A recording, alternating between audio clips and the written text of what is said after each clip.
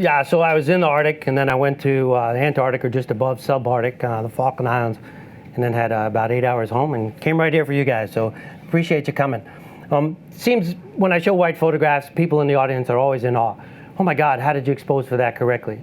So that tells me you really don't grasp exactly how this whole metering process works. And the goal for today is to try and simplify that, show you how to shoot it correctly in camera, and then how to make the most out of that in post-production. So there's some software and plugins and things that we use to extract detail on the whites.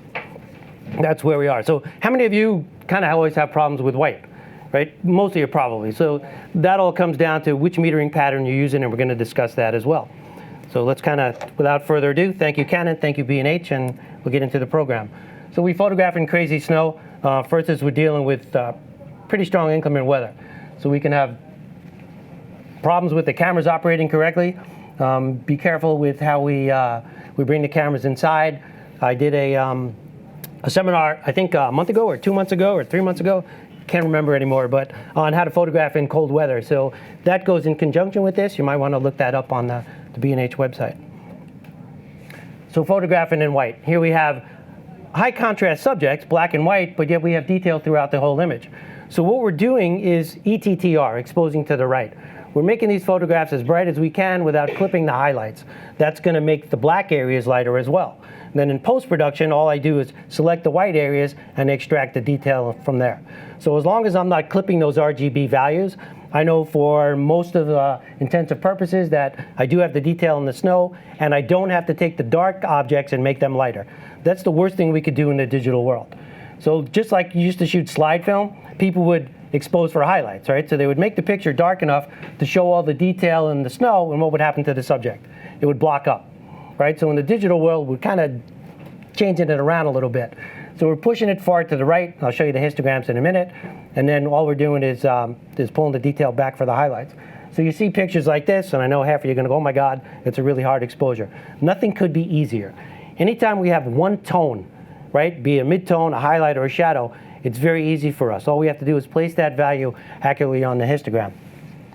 There are some things that we do in post, again, to extract that detail, and it doesn't necessarily look like this on the back of your LCD when you're shooting it, because we are pushing it further to the right. Just like this. So I'm metering off the snow, right, but we have detail in the highlights, detail in the shadows, and throughout. This is a little bit easier because most of the time when we have snow, we have low contrast. So it all fits within the dynamic range. The other thing to see is on the pictures here, there's detail on the bottom, but I'm not pulling the detail out of the top. So when we do landscapes, we always want a foreground, a middle ground, and a background. I want something to draw the viewer's eye through the photograph. And I'm doing that a little bit through post-production. Although this detail exists here, I'm not extracting that in the post-production process. So I'm just pulling the detail out in the foreground, and then I have a middle ground. I leave the background kind of nondescript, then I have 3 different levels to the image, and the pictures tend to pop off the screen. The other thing I do, and I get emails every week about this, is why do your pictures look like they pop off the screen? That's part of it. The other part is I never sharpen the background. I only sharpen the subject. So my goal is to draw your attention to what's most important for me, which is normally the wildlife or the subject, right? So we're only sharpening the subject. Same thing here, right? So I pulled out a little bit of detail in the foreground, but I left the background white. I could pull that detail out, and again, I'll show you how to do that. A lot of what we do is being proactive. So typically when you step out of the car in an overcast situation or you're on location, that light is going to be consistent for hours at a time, right? So I'm being proactive. I'm putting the exposure in the camera before I fire at anything. I'm not being reactive. So the camera's not an automatic. I'm not zooming in on the subject, firing off one picture, then I back off. The camera sees different tonal values, gives me a different recommendation, I have to correct for it. Same light, same exposure. Got to kind of burn that into your coconuts. Same light, same exposure. I've been preaching that how long, Jimmy? Forever, right? So that's what we're trying to do. If that light's similar, meter off the snow, set it in the camera, and then look for what it is that you want to photograph. That bison was all the way up that creek, but from the position I was in, I could not see his feet. I wanted to see his feet, so I ran ahead down the road in Yellowstone, looked for a clear spot, set up the camera, waited for the bison to step into the composition point, and then fired it off, and I got the best of both worlds. But I'm all about being proactive on this stuff. See the picture in your mind first, figure out the tools and techniques you need to capture it effectively. That's what you want to be. You want to be the photographer. You don't want to be the tool for the camera, right? So I want to just tell the camera, this is what I want, How do I capture it? Put those parameters in there and fire away. Same thing here. Still white snow, still have detail in the foreground, same principles for extracting that detail, but here I need a fast shutter speed. So these eagles are flying around. I know they're going to land because back in the good old days we were throwing those fish. So he's going to come in and try and grab the fish or land with the fish. I'm shooting at 2,000th of a second. He comes in, bang, and I get the, the snow going forward just as he hits it. But the exposures are all set in the camera beforehand. None of it is reactive. Same thing here. Foreground, middle ground, background. If I eliminate that bottom part, picture's not going to have the same effect. I'm also waiting for the swan to lower its head, right, so that it's not intersected by that horizon line. So it's all about the small details, not about the big details. Same thing here, being proactive. Exposure set in the camera. I'm laying on the ice with my 24 to 70 millimeter lens and holding it in that position in hopes that a swan would wing flap. So when it did it, luckily I have 14 frames, hit the button, and it didn't clip it. So I'm looking through the back of the camera and I'm going, please, don't clip the wing. So I got really lucky. But again, that foreground is really integral in the composition. If you eliminate that, it becomes more of a snapshot than it does a photograph. Same thing here, right? Being proactive. So after a while, you learn the animal behavior, and I know when they're going to do that. They do it all the time. It's a heavy raptor. So in order for it to jump off the ice, it has to reach up as high as it can, pull down really hard to get the loft. Otherwise, it goes like this. It's just going to roll over and not go anywhere, right? So again, we're exposing for the snow, all that set in the camera, and we're ready to rock and roll. So yeah, hopefully he got a mouse and didn't hit his head on a log. So you'll see the fox. But the white doesn't just refer to snow, right? We're also referring to the chest of a penguin. So I want to be able to see all those little pin feathers and all that texture in there. Same thing here, photographing off the snow. What's my constant in all these pictures? White, right? So once I learn to expose correctly for the white, I can do that all year. We go to Yellowstone for a month. People are like, oh my God, I'm so afraid of photographing in Yellowstone. It's all white. It's the same white every day. It's the same snow every day. So once you figure it out, which you're going to have no problem with in a couple of minutes, rock and roll. So here's the deal. Exposure patterns determine exposure, priority modes alter the variables. You have to understand the difference between those two. Okay? Meter patterns, that's spot meter, evaluative or matrix, incident meter if you push the button, and then you have reference values like sunny 16 or cloudy 5.6 and things like that. That's the pattern that we use in order to determine the exposure. Priority modes, if you use aperture priority, shutter priority, manual, all those do is change variables. That's not what we're using to expose. That's changing variables based upon the meter pattern in use. Keep the two together, and if you understand that, then you know how to put them together, right? So I know a lot of people use aperture priority. If you use aperture priority for a situation where the tonal values differ, and I have a 400 millimeter lens and I'm real close to a black bison, the camera gives me one recommendation. I zoom out, now the camera sees more white, it changes the recommendation. So now I'm adding in compensation to get back to what I already knew was the correct exposure. So it's a tail wagging the dog. Right here we have an incident meter. What does that do? It measures the quantity of light falling on the scene and gives us the mid-tone value. So if I hold that meter right here and I push that button and it says 1/25 at 9.5 and I put that in the camera, gray is gray, white's white, black's black. Everything falls into perfect line. And if we have a low contrast situation, all those tonal values are within the capture medium. Bang, dead on, perfect. That's what all this stuff is based on. The meters in your camera are different. They measure the amount of light coming back off the subject, and that's what causes the problems. So you see the scale on the right? People look at that who shoot automatic and all they say is, yeah, I know, that's a compensation scale. It's actually more than that. It's the same thing here. Right? So you see +3, -3. I'll tell you the difference. Okay, if you use like an incident meter or you use a spot meter, that 0 is a mid-tone value. Okay, that's this shade, mid-tone gray. So +3 would be 3 stops brighter than a mid-tone value, 3 stops darker than a mid-tone value. So if 0 is mid-tone, +1 is light gray, +2 is white with detail, +3 is pure white. And then you go reverse. If you use evaluative metering, that no longer applies, because evaluative metering and RGB metering already have a degree of compensation set into the camera. So if you point your meter at the white snow, your camera already says, well, that's really not supposed to be gray. I'm going to make it a little bit brighter based upon the scenarios that all these other people put in there, predetermined algorithms. So it does +1. So 0 is not 0. 0 is +1. So now you add 1 stop more, +2, to get to the white with detail. I'll clarify it a little bit more. So the algorithms change in the evaluated meter pattern. What is that? It's a histogram. What does it tell us? It doesn't tell you the exposure is correct. All it tells me is where the bright whites are and where the blacks are. So 255 is pure white, 0 is pure black, 128, dead center, is a mid-tone value. Make sense? Right? The peaks, that just tells you how much of those tonal values.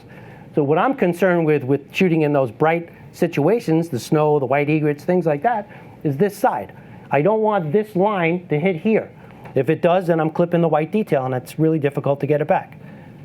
So if you use an RGB histogram and you clip the red channel, it's not that much of a problem because there's not a lot of red in the snow anyway, right? But ideally, I always have an RGB histogram, and I don't want to clip any one of those colors. If there's yellow or red in the subject and I clip that, it's difficult to get that particular color back in post-production or printing. So that's all we're looking for. This just tells you what? There's a little bit of bright areas that have detail. There's a lot of midtones, but most of the picture is darker than a midtone. That's all it's telling you. It's not telling you it's correct exposure. And it's a fallacy because some people say, well, that has to be in the center. Well, yeah, if you have everything's a midtone, if I shoot that gray wall, all I'm going to have is a straight line up the middle of the histogram because there are no other tones. If I shoot this group, there's some people with white jackets, black jackets, mid-tone values. And then you're going to have a histogram like this, right? On a Canon camera, it's divided into 5 boxes. Each one of those boxes is 4 clicks, assuming you have your camera set to third stops, right? So if I take a picture and I look at the back of the camera and that histogram's right here, I already know it's 3 clicks to get to there. So I don't have to rethink it or take another picture. I just go click, click, click, and then I fire off the picture. On a Nikon, by the way, it's 5 clicks. There's 4 boxes, so it's a stop and 2/3. Canon is a stop and 1/3. So 4 clicks to get from one box, the beginning to the end. Let's do this. Okay, so let me do this first.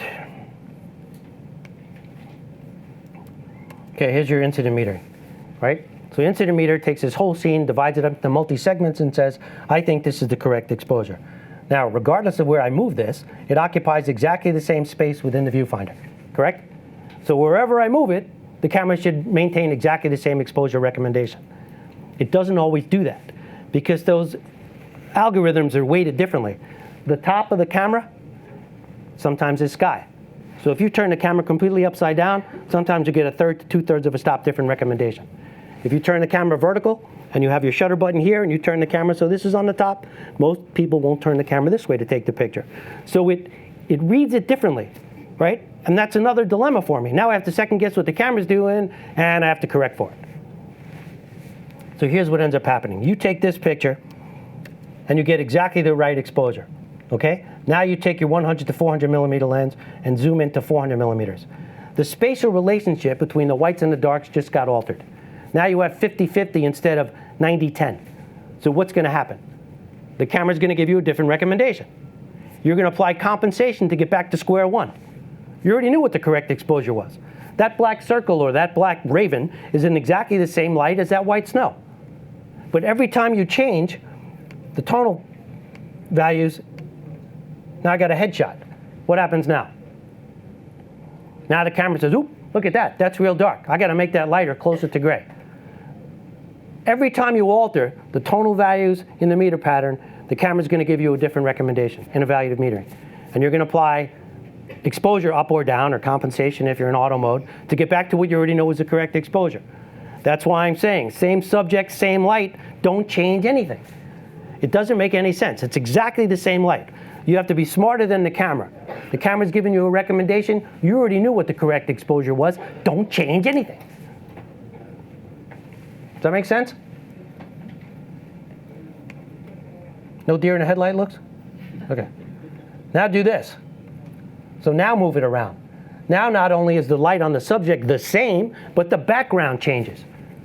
So even if I keep this spatial relationship exactly the same, but I move that whole thing left or right, the camera's going to see a different background. It's going to give me another recommendation. So they are fairly accurate, but I got to play with the big boys. My career's not horseshoes, it's close enough, right? I got to nail it every time to the best of my ability. So you have to understand the process and how that's working. This is what evaluative metering does, right? And for fast off-the-cuff stuff, it does a really good job. I mean, they're analyzing the heck out of this stuff now with a zillion, different little compartmentalizations and analyzing it, and we come up with really close exposures. If you do decide to do that, that's perfectly okay. Evaluative metering works really well, but if you need to vary it, then vary it. But you need to lock that in the camera, right? i.e. manual mode, or I'll show you a little bit later how to use an auto exposure lock hold function. Those are the two methods you want to use. If you're using any of the automatic modes, you have to be able to use an auto exposure lock hold function or manual. Otherwise, every time you move the camera, you're going to be playing photo roulette and spinning the deal. I see it all the time. People are frustrated. There's the subject, it's perfect light, they shoot that one, it's ideal. Then they zoom in, this one's overexposed.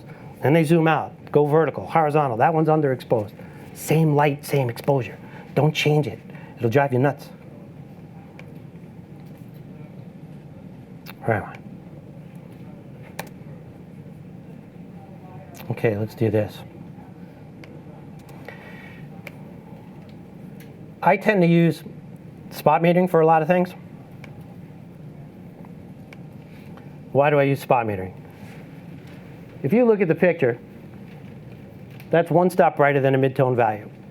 That's 2.7 stops brighter than a midtone value. So my goal is to place that histogram here, that line. Not up against that edge, because then I have no detail in the whites, right? So I want to push it to the right, but I don't want to clip it. And that snow is going to be pretty bright. This one's already pulled down a little bit in a JPEG. So if I were to take that value and place it on the histogram, where would it go? So if we take this and move it, and I'm going to move that over to here, spot meter makes it gray. It's not supposed to be gray. Where is it supposed to be? Well, right there is where it blends in. So I have to add 2.7 stops of light to the recommendation to place that value accurately on the histogram. Once I do that, that's it. Leave it alone. Can't be that easy, right? Hang on, I'll show you a little more. So again, that's what evaluative metering does. Divides it up all into these multi-segments, the whole scene, and tries to figure out what it thinks is correct, right? The trick is to meter one tonal value. So if you have a 100 to 400 millimeter lens and this is the whole scene, zoom into 400 millimeters and meter right there. Fill the pattern with one tonal value. Then all you have to do is place that value accurately on the histogram and the rest becomes a piece of cake. So you can do it, I'll show you in live view, or you can fire off a picture and look at the back of the camera, right? Just as a point of reference, if you have an evaluative meter in a Canon camera and you point it at the snow, typically you're going to be about +1 to +1 and a third or 2/3, depending upon the contrast. That's going to place that value accurately. Fire off a picture before you care about it. If there's a bison walking, I don't care what the bison is doing. I want to expose correctly for the light, right? So I'm going to fire off a picture. I'm going to look at the exposure and go, oh, my best guess was off a little bit. I'm going to correct for it so that the next picture, when that bison makes a decisive movement, I know I nailed it in the camera.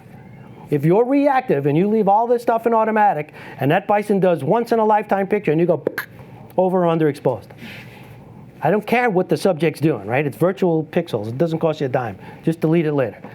Just fire off a test picture. I've seen people go photograph snowy owls, come back, Chaz, what do you think? I go, I think you didn't pay any attention to what I said. Because I think you're showing me 300 owl pictures that are all stopping a half too dark. Because they put the thing in automatic, they put no deviation in the exposure, and all the pictures come out in mid-tone gray. Fire off one picture. Get in the habit. Every time the light changes, fire off a picture and check it. Make sure the exposure is correct so that when all those other pictures are fired, they all are correct. Nothing more frustrating than coming back and going, oh, how come these are all wrong? Because you didn't take the time to just stop for 1 second and analyze that one particular picture, right? Think ahead. So you can see all the granular detail in the snow, the striation again on the bottom, foreground, middle ground, background, right? Same thing. Anytime you see a hard edge shadow like that, I know exactly what the exposure is. I don't even need a meter. I'll show you in a second. To kind of reinforce that, what does that say? 800 at f8, 800 at f8, 800 at f8. Is the subject in exactly the same light? It is. I know it is because it's a decoy. and I stuck it in the same light. So it's really a woodpecker. So it's exactly the same. All I did was slide pieces of paper behind it and then take the pieces of paper out, right? So that's 800 at f8, 800 at f8, 800 at f8. If you took your camera and evaluative metering and you pointed it at that, you're going to get 3 different exposures. And then you're going to play the photo roulette game again and dial in compensation to get back to what you already knew was the correct exposure. Doesn't make sense. Again, it's a tail wagging the dog. Here's the reference values. Back in the good old days, when we had that 4-letter word called film, right? Kodak used to have these little, first they were pieces of paper, then they imprinted it on the box with suggestions for sunny 16. Sunny 16 means the sun is at apex. It's typically not going to get any brighter during the day. So it's a clear, cloudless day, let's say between, I don't know, 10 and 2 o'clock. It's longer than that, but let's say 10 and 2 o'clock. Sun's not going to get brighter. So if I have a fixed ISO, like 200 ISO. Where am I? Whoop. Okay. Whoop. Oh, it's bouncing off the... I'm trying to get on there, but my monitor's over here. So we have 200 ISO up here. It's 1/200th of a second at f16. So you have 1/200th at f16. If you have 400 ISO, it's 1/400th at f16. 800 ISO, 1/800th at f16. That's the starting point. Okay, the other thing you guys have to realize is all these numbers are correct. Every one of those is exactly the same quantity of light hitting the capture medium. But what it does is change the outcome of your photograph. So it's not just, by the way, I'm going to put 200th of a second at f16 in the camera. If there's a bird that's going to take off, I need over here, 1600 at 5.6. If I'm shooting a landscape and I want everything in focus, I'm going down the other end, 200 at f16. So which combination of numbers, once you get the correct exposure, suits your needs? What picture do you want to take? Right? So it's important. You pick the combination. Okay, there's a bird sitting on a log. I know he's going to take off. I need a fast shutter speed, enough depth of field. Well, it's a big bird, and it's going to take off at a 45-degree angle. So what happens then? 5.6 isn't going to get him. So I got to go to f8. How do I go to f8? I double my ISO. So if I go from 200 ISO to 400 ISO, now I can double this value. So I go from 1600 at f8 instead of 1600 at 5.6. So now I have a fast shutter speed to freeze the bird, and I have enough depth of field. The faster you could assimilate those 3 things, ISO, aperture, and shutter speed, the better your images are going to be. If you're in manual mode, here's a real easy tip for you. Right? Manual mode, you got your shutter speed normally on the top, your aperture for your thumb. Equal clicks, opposite directions, maintains exactly the same exposure. So if I go 3 clicks up with my to the right with my index finger, I go 3 clicks to the left with my thumb. So I go from 1600 at 5.6 to 800 at f8, 400 at f11, whichever way I want to go. So it's a compensatory change in opposite directions, right? So I don't have to look through the camera. I'm at 88, which is what I start at for sunlight. 88 is easy to remember. It's an acronym. It stands for 1/800th of a second at f8 at 200 ISO, right there. And I have cards I can give you with that information printed on the back. Or feel free to shoot that with your iPhone. But that 88 is pretty standard. Now to take this and go to white subjects. Okay, white subjects in bright sun. We have what's called angle of incidence and angle of reflectance. If I'm standing right here and the sun's coming this way and hitting me, most of the light comes straight back, right? So if you have the light come over your shoulder, hits that white subject, most of that light comes straight back to the camera. I need to close down a little bit, make the exposure a little bit darker so that I don't clip the highlights. Well, I can't make one part of the picture darker. I have to make the whole picture darker, right? Plus, light illuminates, shadow defines. So if all that light goes straight in and straight back, I have no shadow detail. I want to take a 3-dimensional world, make it look 3-dimensional on a 2-dimensional plane. I have to have shadows. So even if the sun's coming over my shoulder and I take one big giant stride to the side, right, now I have a subtle shadow detail. That's what I'm looking for. I want that light off axis. The benefit for that is the light's going to come this way now and skip off that way. Not all that light's going to come straight back into the lens. I don't have to close down as much. Therefore, my shadows are a little bit brighter. Does that make sense to you guys? Right? So that's a big deal. So if we're photographing loons, and there was a bird photographer who said, there's no detail on a loon's chest anyway. I think the loon would beg to differ. So if I get the light off from the side and it skips this way, I could see all the detail in his chest. And I don't have to close down as much, so I see all the detail in his dark head. Then you wait for him to cock his head to the light, right? So it works really well. So for sun and white subjects, you're typically going to close down 2/3 of a stop to 1 stop from this. So it's almost, instead of sunny 16, we're going to do what's called sunny 22. Right? So I go to Florida, people photograph white birds in Florida. And they always tell me, I have such a problem with white birds in Florida. It's the same sunlight and the same white bird every day. So if you have a camera like a 5D3 that has a bigger dynamic range, and you set the camera to 12/50th of a second at f8 at 200 ISO, you could shoot any white bird on any sunny day and it will be perfect. It's the same degree of sunlight, it's the same ISO, it's the same white bird, it's the same exposure. The white bird flies into a dark tree. What do I do now? Nothing. It's the same white bird in the same sunlight. The only thing that changed is the background. Now the white bird goes on the beach. Nothing. It's the same white bird in the same sunlight, just the background's changing. As long as that subject is illuminated with the same light, it's the same exposure. We all have metadata on the camera. All we have to do is pay attention to it. So if you shoot a picture tomorrow and you look at it and you go, wow, I was outside in Central Park and it was a sunny day and I shot it, look at that, 12/50 at f8. And then you go out tomorrow, why do you have to look at your camera? You already know what it is. You already went through the whole exposure process and got it correct.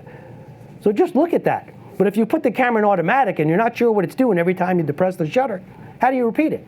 You can't. So slow down, stop, breathe. What's the worst that could happen? You didn't get the picture you didn't have yesterday. No big deal. So there, full sunlight, right? It's in Quebec, photographing harp seals. 12/50 at f8, shoot the thing. Done. Want more depth of field? I go to 640 at f11. 3 up, 3 down. Same exposure. Same thing here. Anytime you see a hard edge like that, not a soft edge transition, you know the sun's basically at peak and that you can shoot at almost sunny 16. So the hard edge tells me, oh, that's sunny 16, 12/50 at f8 and rock and roll. You want a little insurance, close down one little more and go to 1600 f8 or 800 f11. But that's it. It's the same every day, guys, I promise you. Now the caveat to that is if I go to Yellowstone at 8,000 feet, I'm a little higher in the atmosphere, right? So the air's a little thinner, it's gonna be a little bit brighter. But I fire off one picture and I say, okay, I gotta close down another 1/3 of a stop. You go down closer to the equator, same thing, sun's a little bit more intense. But it's definitely gonna give you a starting point. Same thing, look at the hard edge on the shadow, I know right away it's 12/50 at f8.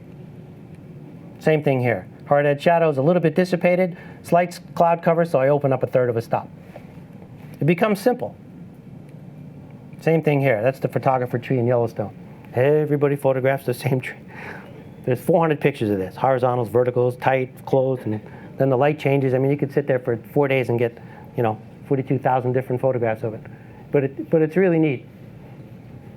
And it's only because the light's coming from the left, right? Almost 90 degrees to the camera that you're seeing those long shadows, and that's what's giving all that depth and dimension in the snow. If the light was super overcast and over my shoulder, you don't see any of it. And here's the egret scenario. So it's the same thing. It's the same thing as the snow, right? It's white with detail. So 12/50 at f8, shoot away. Again, if you have a camera with a little bit narrower dynamic range, 1600 at f8. That's where you're gonna start. So I use spot metering. Why do I use spot metering? There's no deviation. It only does one thing. It takes whatever's in the center, right, of the viewfinder, or unless I attach it to a focus point, and makes it a mid-tone value. That's the only thing it does. Accurately, consistently, every time, no deviation. Takes whatever's in that spot and renders it as a mid-tone value. Now, the problem is you have to make sure the spot covers the one tonal value. So if you're trying to shoot this with a 24-70 and it's far away, your spot meter is not going to cover just that swan, right? It's going to cover a bigger area. So you can't meter that, but you could meter this. So how much brighter is that relative to a mid-tone value? That's all we're trying to do, and I'll show you in a second, right? The dilemma for some of you is that all the cameras have different size degree spot meters. So the older cameras, if you put the grid on in the viewfinder, it'll show you a circle. That's almost the area for a spot meter, but you'll figure that out real quick. This is what I was telling you before with the spot meter. So if I point the spot meter at a mid-tone value, I don't have to make it lighter or darker. It already is a mid-tone value. If I point it at something that's light gray, then I have to add one stop because it's one stop brighter than a mid-tone. If I point it at something that's white and I want detail in there, plus 2 stops. If I wanted pure white, plus 3 stops. So you'll read online, oh, my camera can record 14 stops. Not in reality, it can't. I've never seen 14 stops come off on anything. Just not going to happen. You may be able to fudge it and open up the shadow detail and all that. But if you get 7 stops out of there, your camera rocks. You know, that's what it can take in. But once it goes through this whole digital processing and the camera and everything, I've never seen that. So maybe 3.5, right, on each side. So then you have 7 stops between the highlights and the shadows. Although, if you use C-Log on the new 5D4, which is video format, you can get a lot more out of it. Go back one slide for 1 second, please. Thank you. Yeah. Yep, so what he's doing is taking a quick picture of the size of the spot patterns. So just want to show you this. Okay, so here's what I ended up doing with this. Here's a penguin, right? It's got a couple different shades on it. It has black with detail, white with detail, and pure white. Okay, so this should kind of solidify what we're talking about with these meters. Right here is mid-tone gray. If I point my spot meter right there, and that's the only thing in the meter, the spot meter is going to take it and make it a mid-tone value. Well, that's where it belongs. That's the tonal value of that spot. So I don't have to make it brighter or darker, right? That's the job. The spot meter is going to take whatever you pointed at, render it to the center. Then you have to decide if I'm going to make it lighter or darker. So now I'm going to point it over here at something black. So I'm going to take this, the camera's going to put it there. Well, it doesn't belong there. How far do I got to go before it blends in? Right there. What does that say? -2.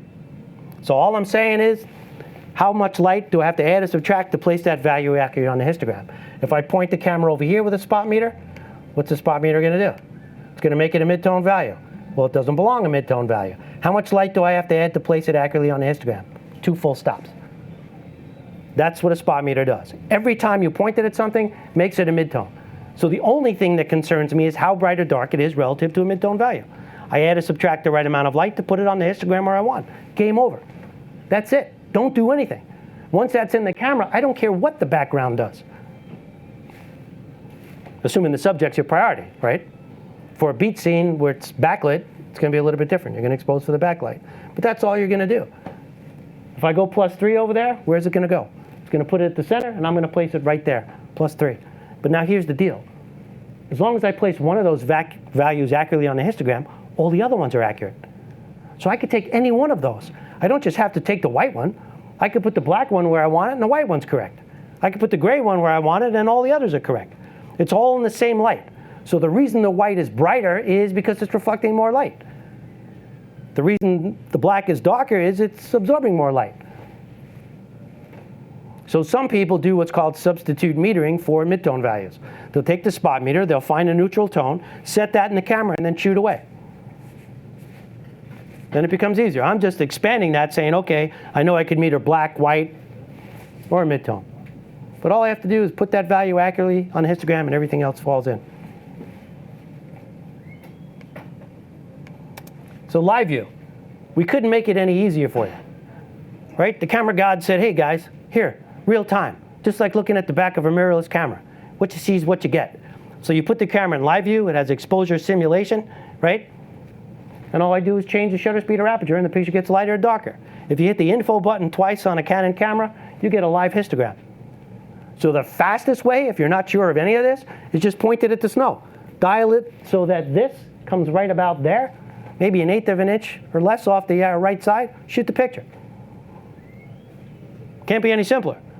By the way, that's the best method for shooting sunsets. Nothing like shooting a sunset with 600 millimeters. The light goes in your eyes, shoots right out your ears. So it's way better to look at it through the back of this than burn the retinas out of your coconut. But it works perfectly. What you see is what you get. You know, you can't mess up. So again, all you do is hit the info button twice and have a live histogram. If anybody has the Black Team's camera and wants to know how to do that, I can tell you how to do that too. Blinkies. If you have the camera set to blinkies, if it's overexposed, it blinks. Make it darker. So if you have a little bit of blinkies, then it might be 1 or 2 little clicks. If you have a lot of blinkies, then maybe it's 3 or 4 clicks. Here's the other thing to remember. If the picture looks too light on the back of your camera, turn the wheel to the right, assuming you didn't change the dials, right? But by default, if you turn any one of those dials to the right, you increase your shutter speed or you make a smaller hole, thereby making the picture darker. So if the picture's too light, turn the wheel to the right, right? The other one is equal clicks, opposite directions, maintains the same exposure.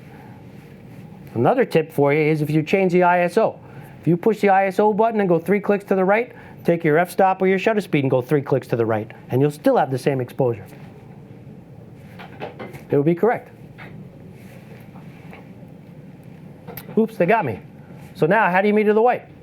I either take my incident meter, point it at the snow, right? Fill it up with just the white snow, the brightest snow. If I meter here, that's going to be overexposed, right?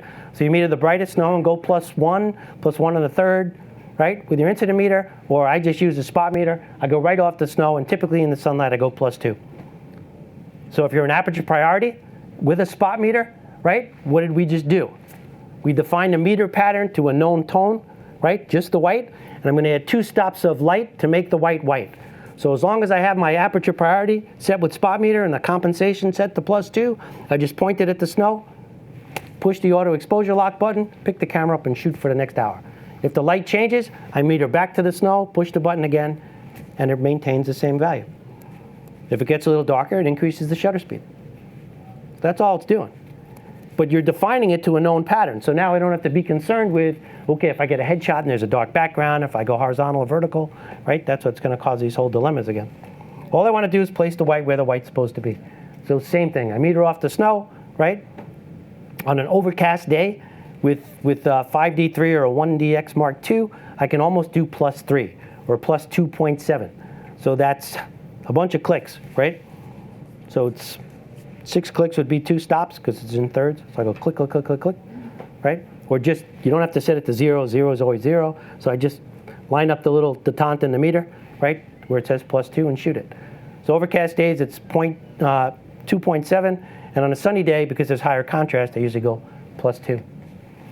But the trick is to lock it in the camera, right? That's the main purpose of this. Same thing here, guys. That's a 600 with a 2x at a 50th of a second. It's a crazy story. It was really cold. It was like -35. It's the only time I've ever seen that in my life. I doubt you'll ever see another photograph like that. And I walked through 150 yards of snow this deep. Everybody else stayed on the bus and said, heck no, we're not doing that. Until I made this trough through the snow, and then they came behind me like a little lemming. So I took one for the team. Would you repeat the exposure for the picture? The exposure for this, I'm not really sure. I knew it was a 50th of a second. I was at 1600 ISO, and it had a 2x, so I'm probably shooting f11. So a little part of that is, if you're using converters and you go 1 stop down from wide open, your pictures will be much sharper.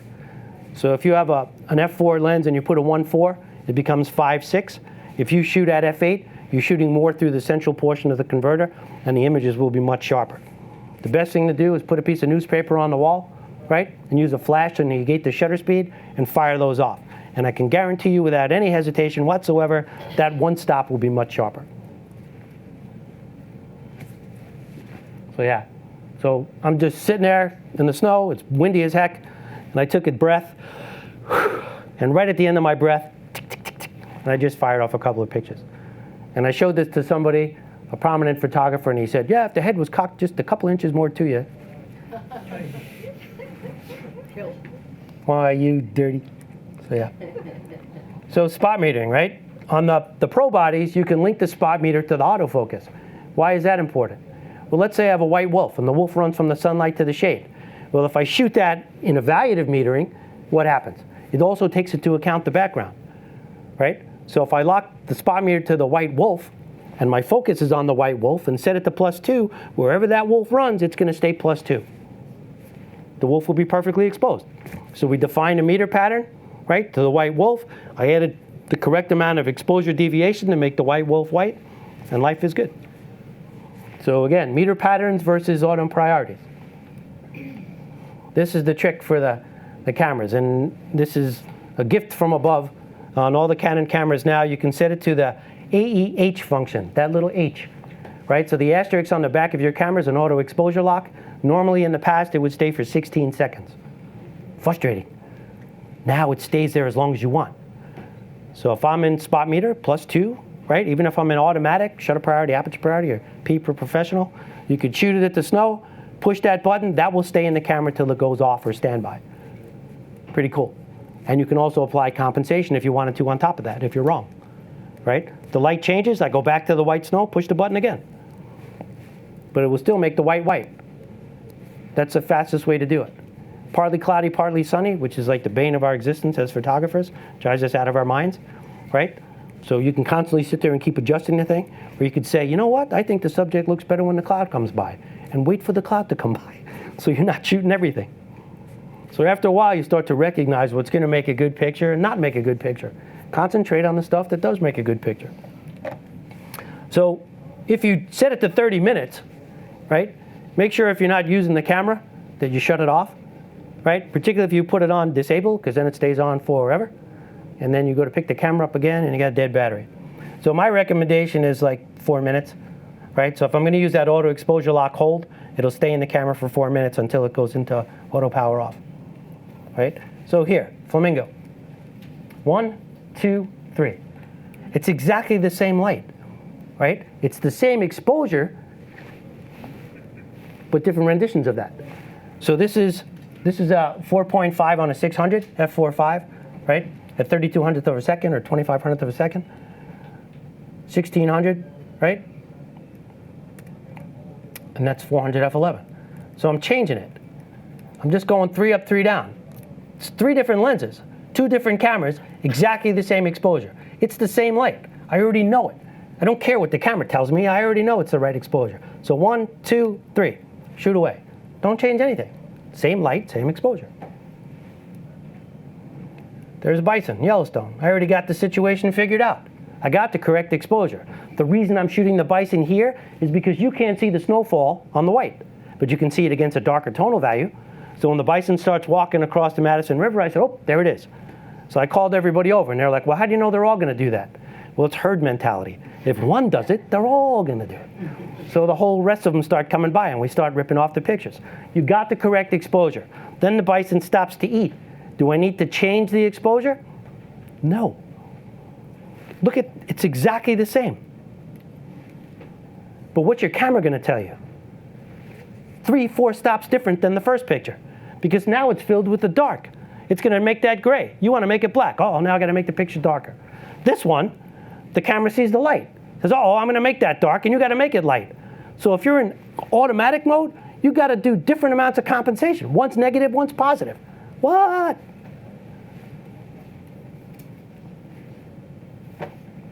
Everybody fights it. It doesn't have to be as hard as everybody makes it. Same thing. That's a 600. That's with the 2x. I didn't change anything, guys. It's exactly the same exposure. I might have changed those numbers, though, right? This one might have been, whatever, you know, I don't know. Let's say 88, right? This one, because I had the 2x, I had to go down to f11. But same thing. Then I ran behind the car because he got a little cantankerous, and the group was laughing at me. Here's a waterfall in Yellowstone, right? So we made it off the snow. Placed the values exactly where they're supposed to be. Then I put the 1.4 or 2x and I shot that. It's exactly the same exposure. Same light, same exposure. Shoot a waterfall, okay? What tonal value is the water? White. So what do I need to do to make the white white? Spot meter to the water, go +2. Put the camera in live view and dial it so it's correct. So I'm teaching in one class in a split conference room. The other guy is teaching waterfalls. And I hear him say out loud, hey, the guy in the other room doesn't know what he's talking about. So I said to everybody, shh, let's just hear what he says. So he said, everybody knows that if you're going to shoot waterfalls, shutter priority is what's most important. So he puts the camera in shutter priority, sets it to ½ a second, right? Fires off a picture. It's going to be all too light because the camera's going to see all the dark and evaluative meter pattern. He adjusts the compensation and he gets the perfect picture. Now he moves the camera. What happens? Different recommendation. Now he goes back to square one again. Now he's got to figure out how much compensation to apply to get back to what he already had was the correct exposure. So I shoot it in manual mode, right? I get the correct exposure. I zoom in, I zoom out, I go horizontal, I go vertical. Every picture is perfect for the water. That's the difference. So you can shoot whatever you want. You know, and if you look back on the class that I did on exposure, a lot of this is in there, but look it up on the B&H's website. I get emails like monthly. That changed my life. So hopefully, you know, to just give you some insight, you know, and you can pick and choose and assimilate whatever works for you. But that's the crux of a lot of this. It's not, you know, that difficult. Same thing. What's the water? +2. So I meter off the water, 2 stops. So in manual mode, you make a cognitive decision. You're like, okay, 20th of a second is what I want. How do I know? Because I shot 20th, 40th, 60th. I shot a bunch of them and said, I like 20th of a second. So I put 20th of a second in the camera. Then all I do is dial the f-stop so it says +2. If the f-stop's most important in manual, then put the f-stop in the camera. Then just change the shutter speed. The only thing the automatic modes are doing for you differently is they're changing it instead of you changing it. But in manual, it's fixated. It's not going to deviate. So if this is consistent light, I don't want it to change. If I decide I want to zoom in and just shoot this, I don't want it to change. But if I'm in automatic mode, back to photo roulette. Same thing here, right? It's a 20th of a second. That water is hauling. So I spot metered right off the white bird, +2. He's accurately correct for the exposure, and shoot the thing. Fire off a picture. If it looks wrong, correct it. But what you don't want the camera to do is deviate every time you move the camera. So you either have to use an auto exposure lock or manual exposure or something. Otherwise, all you're going to do is spend your time playing photo roulette and dialing in compensation rather than taking photographs. Partly cloudy, partly sunny, right? So I'm ripping these off. The light's coming, it's changing. The fastest way for me to do this is point the spot meter right there. I go +2. The light changes. Oh, now I have to change my shutter speed. So I used aperture priority. Oh no, did he say that? Yeah, so I used aperture priority. +2 spot meter. Every time it changes, I point it back to there, and I hit that asterisk button again. Puts the correct exposure in the camera. Even if it's overcast, I still want to make it white. Just a little quick thing on proactive here for a second. This inadvertently became one of the best teaching tools I've ever done. So we're in Bosque del Apache in New Mexico. There's, I don't know, whatever it is, 5,000, 10,000 snow geese on the ground. And the sun's getting pretty high, and the group says, hey, Chaz, we're going to go to lunch. And I said, well, I'm going to stay here. They're like, why? I said, well, I want to get the birds taken off. So their response was, you're going to get shadows. Exactly. I want those shadows. Those shadows will give this whole sense of depth and dimension to the photograph. So they said, we'll stay. And I'm like, okay, great. What picture do you want to paint? They're like, what are you talking about? I said, well, nothing exists. All the birds are sitting on the ground. You have a blank canvas. Do you want to make all the birds look spatially separated with a wide angle? Do you want to compress the birds with a telephoto? Do you want to freeze the birds, blur the background, freeze the... What do you want to do? So, of course, I get, what do you want to do? Like, I didn't know that was going to happen. So I said, all right, I'm going to shoot it with like a 24 to 70 millimeter lens, about 70 millimeters, so it looks pretty close to what my eye sees. The birds will be spatially separated. I want to freeze the birds, and I want everything in focus, right? So I know I need 2500th of a second at f11 to capture the picture the way I see it in my mind, right? Make sense? Right? So I'm not letting the camera do it. I'm going to put those parameters in the camera. Here's how the methodology starts. Kind of bear with me. This is a mile high. It's in bright light. Remember, I said 200 ISO, you start at 1250 at f8, right? That's not 2500 at f11. If I take 200 ISO and I double it to 400 ISO, now I have 2500 at f8. Still not enough. I need f11. So I take 400 ISO and I double it to 800 ISO. Now I have 2500 at f11. So people will say, well, why'd you shoot 800 ISO in the bright sunlight? Because I need 2500 at f11. If I don't use the 800 ISO, then I have to sacrifice one of those numbers. It's easy for me to take noise out. It's impossible for me to get depth of field and the sharpness back if it's blurred, right? So I'm not sure who or when people started to say noise is a priority over content. It's a pixel police on the website. I think they download your images and go, I see a little noise in the background, or there are 2 little pixels blinking in the white bird over there. I could care less. But that's what you need to do. You got to pre-visualize it in your mind, right? Or visualize it in your mind, figure out the right tools and techniques to capture the vision the way you see it. So I have 2 cameras side by side. That's the first picture. That's the second picture. That's the third picture. So one's a 24 to 70, this one's a 16 to 35. They're set with exactly the same exposures. I pick the camera up, pop up, put it down. So I put a couple of pictures in Lightroom here just so you can see them. So here's a bison. The first problem a lot of times is the pictures come out blue, right? So anything that's in the shade, a lot of times we pick up a blue cast to it. Sometimes I want that blue cast. Why? Because we want to connotate cold. So if I take the snow and I make it yellow, now we'll got warm snow. It doesn't give the same effect. If I leave that snow just slightly blue sometimes, the picture has a different feeling to it. You look at it and go, ooh, it must have been cold out there, right? So it's just different degrees of color temperature can alter the picture. If you want to change the color temperature, you can take your color picker and you can click something that you think is white, and it does a fairly good job, although for some reason mine introduces a little bit of red, but you can do that. The other way to do it is preferable to me. I open it in Photoshop, and then I go into these Nik filters. So if you don't have these, get them. They're still free at the moment. You can just download them. And then I use what's called a white neutralizer. So this one down here, there's a little eyedropper, and you click on the white snow, and it makes it perfectly white. So it'll take all the white things and just negate the color cast right out of there. And then if you want more or less, you could just do the slider. The other cool thing is that Nik automatically makes a duplicate layer, so you can alter it from there. So if you want to leave the blue in the background, right, you can leave it in the background, or you can put a mask up, and you can do whatever you want with that stuff. When you're in Lightroom and you have areas that are bright, a lot of people will come in here and they'll start messing with this highlight slider. What does it do? It muddies the whole photograph, right? I don't want to muddy the whole photograph. All I want to do is knock down some highlights. So I think it's important for you to learn to use the target adjustment tool and make specific corrections to specific areas, not global. First thing you're going to do is take this black. I do it by eye, but if you want to do it by the numbers, hold the Alt or Option key down and just slide this. So now it's off. Now take the whites and do the same. So there you go. Boom. Come back. Right now I got the edges. And then you're going to work your way in.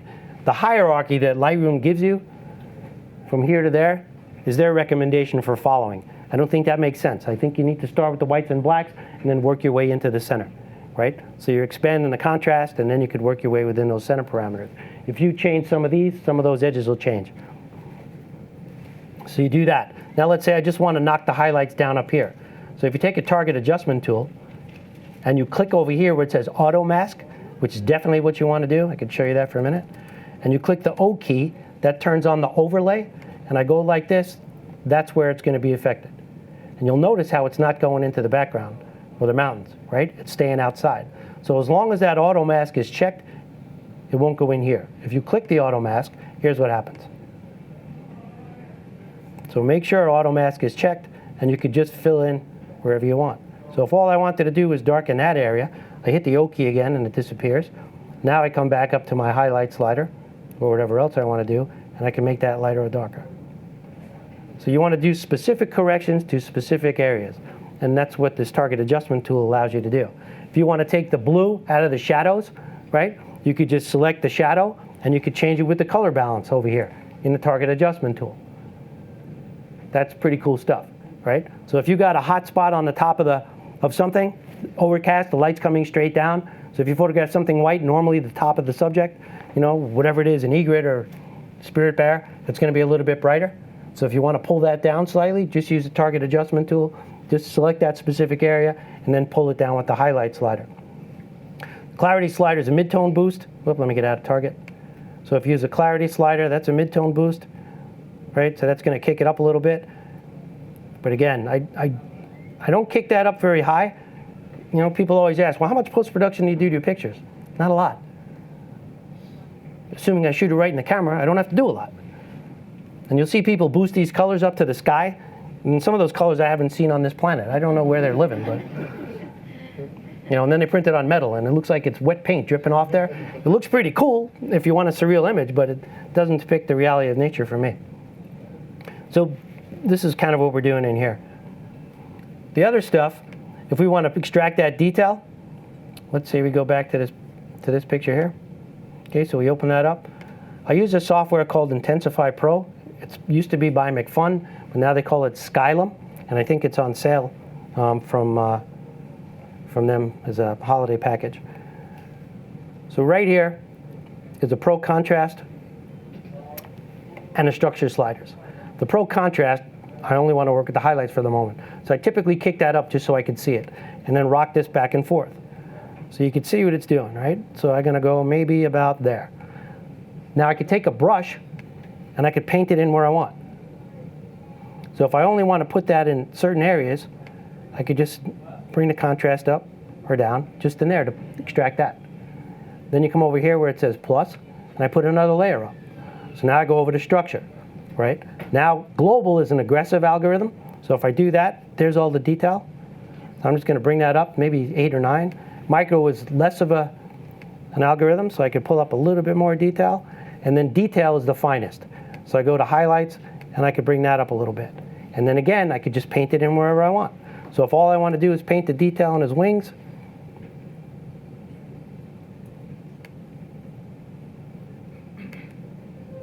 so it separates the edge. There you go. So I haven't found a better method or a faster method to extract detail in the highlights. But for me, because I shoot tons of images in the cold and the snow and all the other stuff with a lot of highlight detail, that rocks. That rocks. It's just the fastest way to do it. And it can't really do anything that you can't do in Photoshop. But if somebody wants to give me a slider to automate the process for me, I am happy to take it. So people will say, well, if you know how to do this stuff in Photoshop, why do you get these plugins? Because it expedites the process. And then you could set up actions in Photoshop that will automatically open a filter, that open it right up to this, and I just go like this with the sliders and then close it. So it works real fast for me. But this thing is killer. So now let's say I made a new layer. Well, let's use a different picture. So I'm just going to cancel that. So you come over to here, and I go, OK. Here's my, my fox. Oh, this one's perfect. OK, so we open up this. And if you look at it, you're going to say, well, that looks like it's sort of overexposed in the highlights, right? I beg to differ. So we come over to our Pro Contrast. I'm going to kick this up a little bit. So that's increase, that's decrease. All of a sudden the detail's there, right? Now I'm going to leave it on the same layer. I come over to structure. How much do you want to pull out? See it? So let's say we go there. Come here, pull out a little fine detail. And all I want to do is apply it to that area, so I click the brush, shrink it down with my bracket key, and I paint the detail back in the whites. So if you look at the histogram, it's not clipped. Those RGB values are in there. I know that that detail's in that white. I just have to have a process to extract it. And that's what we're doing. So we're pushing it to the right so that I don't have to make the forest any lighter. I don't have to make the whale any lighter. I don't have to make the ocean any lighter. All I have to do is make the highlights a little bit deeper and pull out the detail in the highlights. That way I can shoot at higher ISOs as well, because I'm not taking dark areas and making them lighter. So the picture has more integrity to it. So you can shoot 1600 ISO. And if you shoot that stuff in the bright sun, you're not really going to see it anyway. It's making sense to you guys? Yeah? So here's the polar bear. Again, same thing. I could pull out as much detail as I want. It's all there. And I see people put pictures up and the snow's blown out. And I mean, again, here's just a contrast. Look. That looks pretty good on its own. I probably wouldn't have to do anything for that. That's what I see them shooting it at. But the histogram's not clipped, and that's how they're posted, when that's there. So all you got to do is refine that, then come over to the structure thing. I mean, if you guys shoot in the snow, this thing's mind-blowing. Just pull it out. So there's some of the other ones that have tonal contrast ranges and dynamic sliders and things. I've tried them all. This is the one that I use. Maybe you have a different preference. And you'll see people open up the photographs in 6 different raw conversions, engines or softwares, and they say, I like this one best. Why? Well, the picture looks better. The picture looks better because the manufacturer's default settings are different than the other ones. It doesn't necessarily mean that's the best program. The best program is the one you're most comfortable with and you can utilize to extract all the information you want. DPP, if you shoot Canon, right?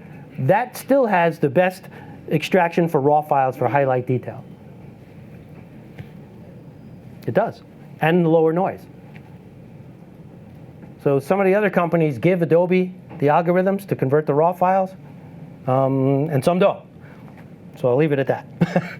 but then they have to reverse engineer it to figure out what's going on, So DPP, if you're really interested in pulling out those highlight details, convert it in DPP, and then if you want to import it into these other programs, you can have at it.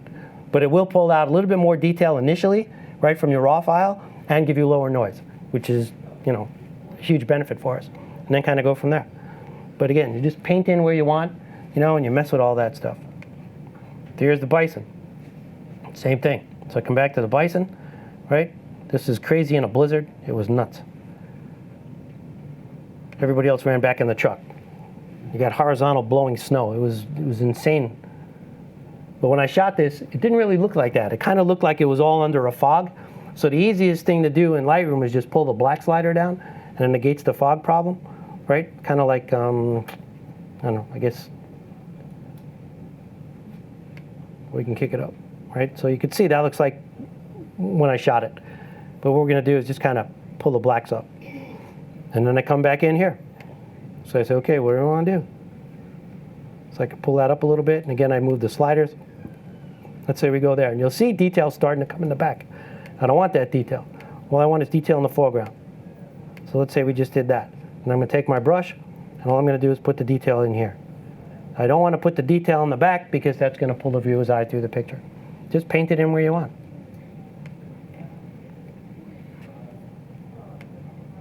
Right, the fox. So this one's bright. So let's open this one in Lightroom just to show you where we'd start with it.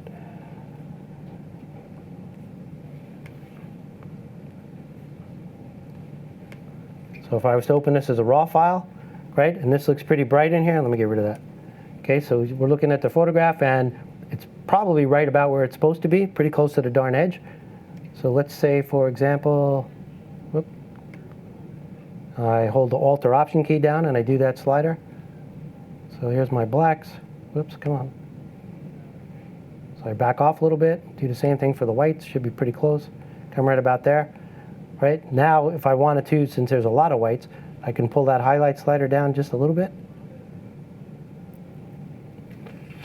I don't even know if I'd knock that down, but yeah, maybe, just a hair. Right, so that's where we're going to start. And then I would take it and go into the other program, and then extract all the detail that I wanted to in the bottom. So shooting it, right, in the camera correctly is 99.9% of it, and then the finesse part is in the post-production. So we get people on every trip who will tell us, hey, I just shoot it right in the camera. I don't mess with it in Photoshop or any of the other stuff. I think you're behind the 8 ball with that. I think all this digital world now, we need to post-process. It's coming out of the camera without settings to it, right? So here's my ADD thing. Let's go back for a moment. The histogram represents whatever you set in the camera for JPEGs, right? So if you take the contrast in the camera in the picture styles and you have that contrast kicked up high, what you're taking is here's the dynamic range, and you're telling the camera, okay, this is what we're going to work within. So this part on the edge from here to here, you're going to set it here for the highlights. You just lost 2/3 of a stop headroom. So the histogram's not going to fully represent what the camera can capture. So you're going to set it for Adobe RGB, which is a larger gamut, right? And set the contrast lower in the picture style. And then the histogram will better represent what the camera can fully capture. So pretty frequently you'll see people shoot the pictures and they blink in the camera. Then they open them in Lightroom, right? And they don't blink. Different gamma settings, right? But we have a little bit more headroom because the contrast in the camera was set high. If you set the contrast lower in the camera, pretty often then, if you clip it in the camera, it's going to blink in Lightroom. But I want to make sure I'm getting all the headroom that I can when I photograph in the camera. I don't want to underexpose it by 2/3 of a stop because I'm losing my shadow detail. Then I got to take those dark areas and make them lighter, and then I'm getting back to the noise problem again. So just set the contrast lower. The pictures are going to look flatter on the LCD, but I don't care because I'm not really worried about the JPEGs. I'm just using it as a, as a reference value to set the exposure correct. Does that make sense? You guys are chatty. Okay, here's this one sort of a dilemma, right? So you have all white, but some areas are brighter than others. So when you're looking at tonal values, forget the color cast. Just go to black and white. Make believe your eye just sees just tones, right? Luminosity, but not color. So which part would I meter off if I want to make sure the highlight's correct? I'd meter off the highlight area right here. If I meter over there, right, in black and white, that's not really white, it's gray. So I can't do +2 over here, and that's probably somewhere in there. So I cheated, or I used the tools that are available. I didn't have time to mess around. So I went like this in live view, set it perfectly, and then shut live view off, and I ripped the photographs off as he did it. Because the light was changing when he jumped out of the river with the mallard and started walking up here. No time to fool around. Put it in live view, adjust it, shut it off, and rock and roll. They gave me the tool, thank you, I'm going to use it. Now the color cast, right, is a strange one. So you can come up here and say, okay, the shade is blue, right? So do I want to take all this blue out, or do I want to leave the blue in? So there's a couple of different problems with this. Normally, if you were to go into like layers or curves, and to negate blue, you have to add yellow, right? Or cyan, you'd add red. Well, I don't want to make the whole picture that color. All I want to do is get rid of the blue. So if I came to my saturation tool, and I use my target, and I click, like, let's say right there, right? Now I can negate the blue. So I'm not adding yellow, I'm negating blue. Follow me? But does that have the same effect as that? That looks a lot colder, right? So there's no real right or wrong. And if you look at it by eye, there was definitely a blue cast in the snow. So it becomes subjective, right? No right or wrong. Do you want to emulate what you saw? Do you want to make it into something that was slightly different? You know, it's your world. You're the creator. You can do what you want with it. But just bear that in mind. All I want to do is negate the cyan and the blue cast. I don't want to introduce another color, right? So if you were to go to any one of these tools, like curves, for instance, and go to blue, right? In order to get rid of that and drag up and down, I have to introduce yellow. Well, I don't want to make a yellow cat. So that's not the way to do it.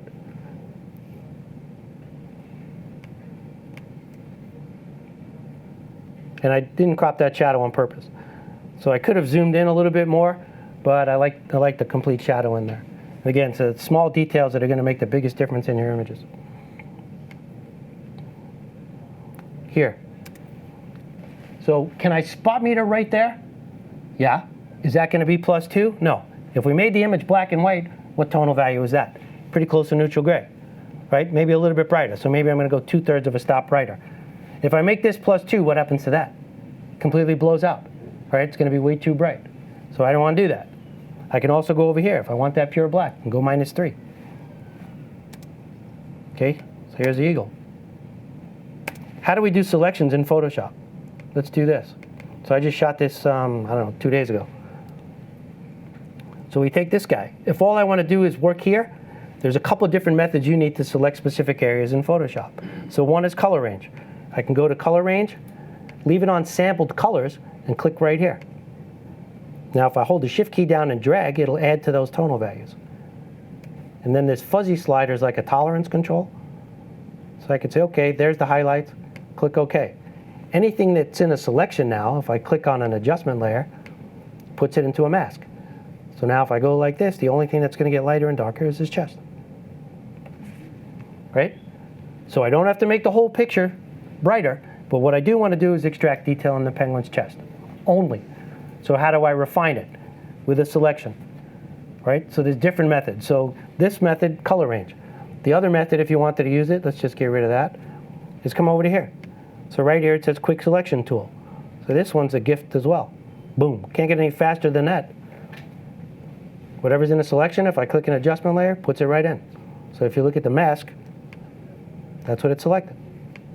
If you want to feather the edge, you can do that right here. So you make it just a little softer transition. But now I can come in and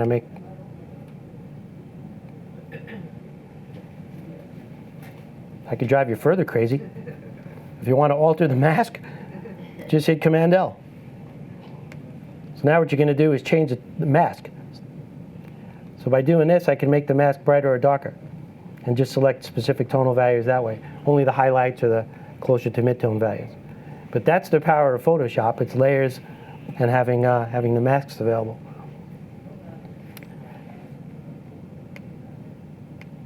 Show you this eagle here for a minute. So here's our eagle, right? So we could do the same thing. Let's say I just want to affect this area over here. So what I'm going to do is put a bounding box around there with my lasso tool.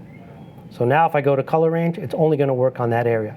It's not going to select the area on his head, right? So again, I can feather it, say OK right there, click OK. So now it just selects those highlights, come back in here, and I can make those highlights lighter or darker. Right? So if you shoot a subject like an eagle, you shoot something that's got a white head, and you just want to pull that down a little bit, make a selection. So the difference between Lightroom and Photoshop, I can make a selection down a pixel, right? Lightroom is a little bit more difficult, although that auto mask does a pretty good job with it. So the question was, he's shooting mirrorless camera, and he's using the viewfinder to judge exposure. In the viewfinder, if you hit the display button, you should have a live histogram. So you can use that live histogram the same way we are on a DSLR to judge the exposure, right? Assuming that it's set up correctly with the lower contrast and stuff, it should be pretty close to accurate. I don't see a detriment to it. You know, the advantage for shooting mirrorless cameras is what you see is what you get, basically, until you come inside, and then artificially the viewfinder gets lighter sometimes, so that's a little bit of a problem for me. But outside, yeah, what you see is what you get. I mean, it's like looking at the back of a DSLR in exposure simulation. Picture looks light, looks dark, but if you have that histogram set in the viewfinder, you should be able to judge where that clipping point is, and you should be able to use it as accurately as a DSLR. Yeah, so the question was, did I spot meter this? No, it's in the bright sunlight again. So it's 1250 at f8 at 200 ISO, right? And then all I did was fire the flash in just a touch to get a little bit of open detail in the shadows. But it's a known value. Anytime we shoot in the sun, it's the same thing. You know, it's always the same. I don't have to think about it. So people are like, well, how did you meter that? Well, just from a reference value, from a known quantity. I don't have to meter it. It's the same thing all the time. You know, back in the old days when we used to shoot wedding photography, you use 160 ISO film. You know, so we used to shoot it at less than that. But it was the same thing. Open shade is 60 at f8. So if you do it enough, you know what it is. Say again what you said again. 1250 at f8 at 200 ISO for white subjects in the sun, depending upon your camera. Some of the cameras you'll have to close down one full stop instead of 2/3, so you'll be shooting at 1600 at f8. Or instead of doing sunny 16, it's sunny 22 if the light's coming right over your shoulder. There's a question in the back. Okay, so the question is, the histogram represents the JPEG parameter set in the camera. Am I using the histogram to effectively correct my exposure? Right. Are you figuring out, you know, based on the JPEG, what you think the raw is? So am I using the histogram to judge exposure, essentially? If you do it enough, yes. Yeah, so I know how much headroom I have all the time now because I'm consistently doing it with the same processor, right? So if I was to pick up Luminaire, or I was to pick up Capture One or On One software, I might have a fudge factor in there. But I know how far I can go before it clips based upon shooting 100,000 pictures a year. Yeah, the other thing you'll see is people tell you, you can't judge exposure from the LCD. So if I shut the histogram off at this point, because I've shot so many pictures, I could judge it pretty accurately.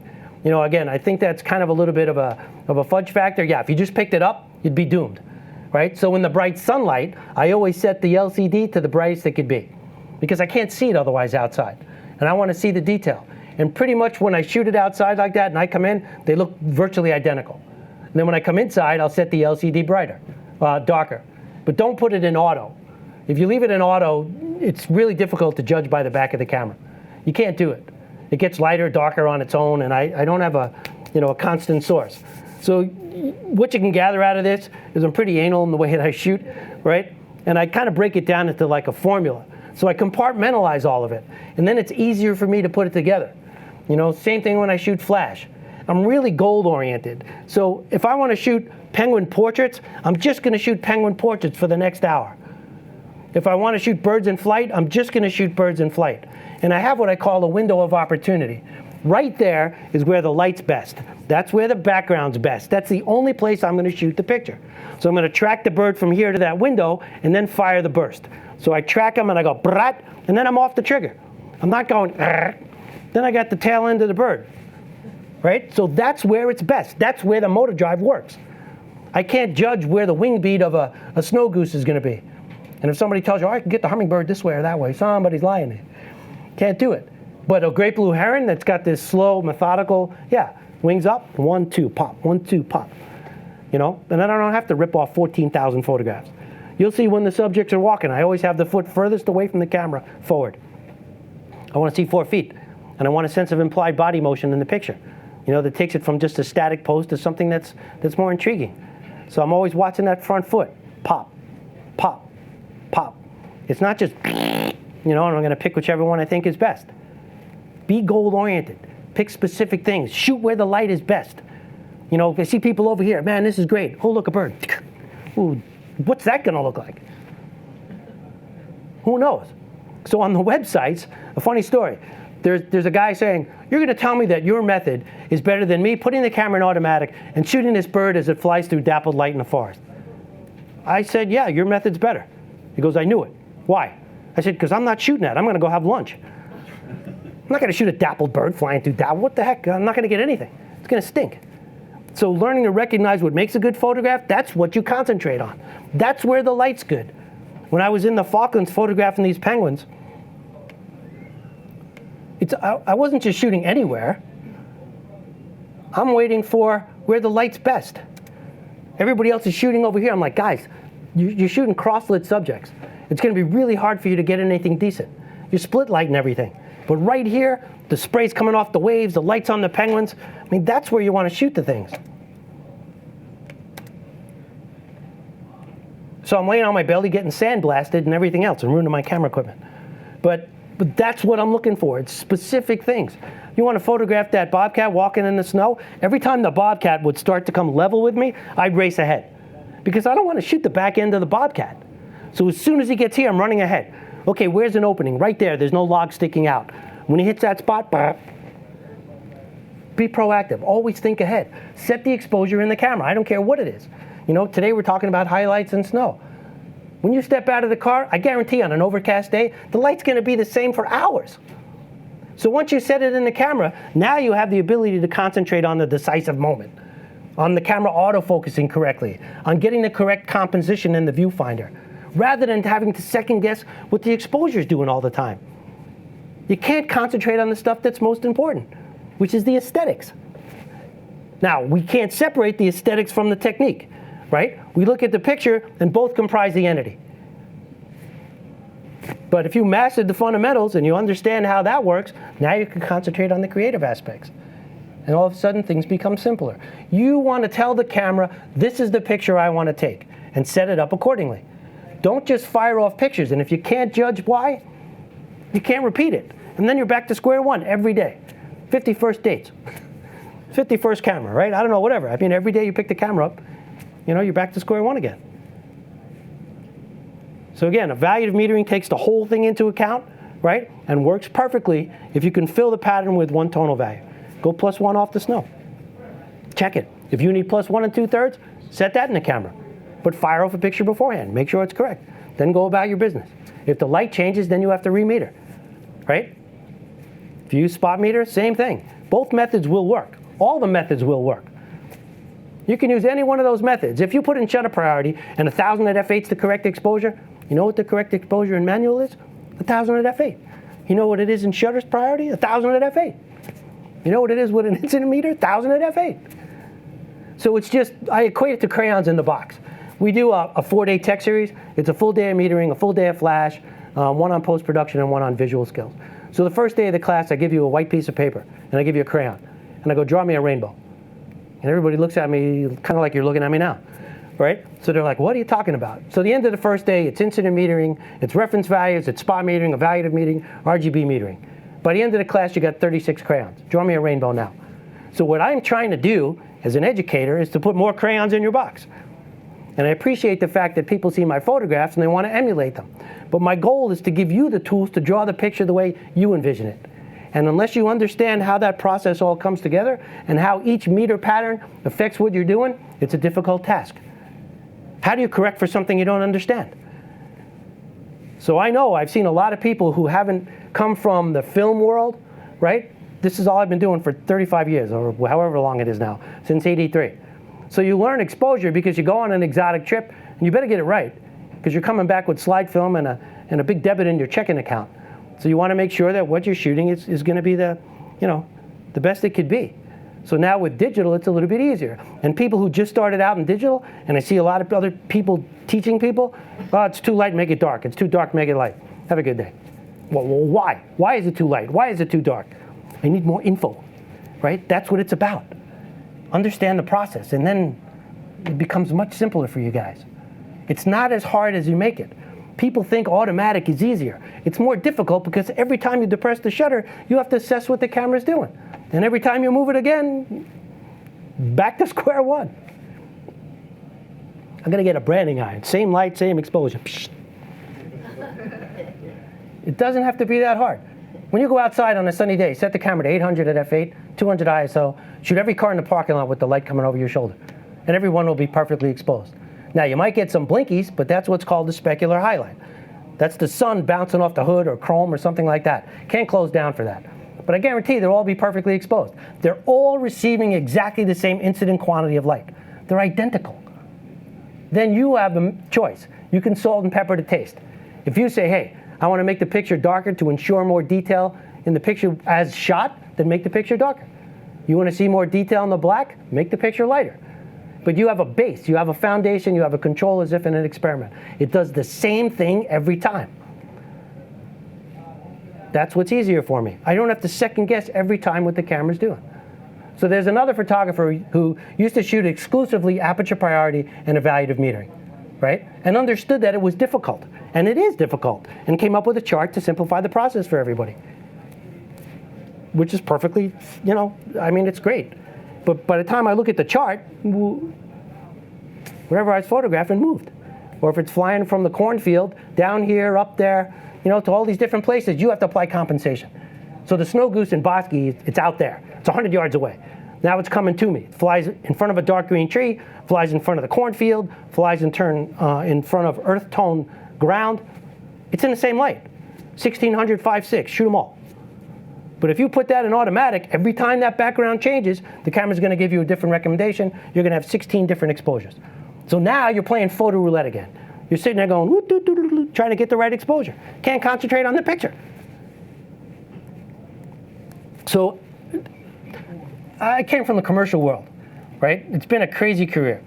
I mean, 35 years worth of a lot of different disciplines and everything, and you know, I try and draw upon that. The best thing you could do as a photographer, I know I'm getting off on a tangent, is to work in a studio, because you're lighting everything from the ground up. Nothing exists.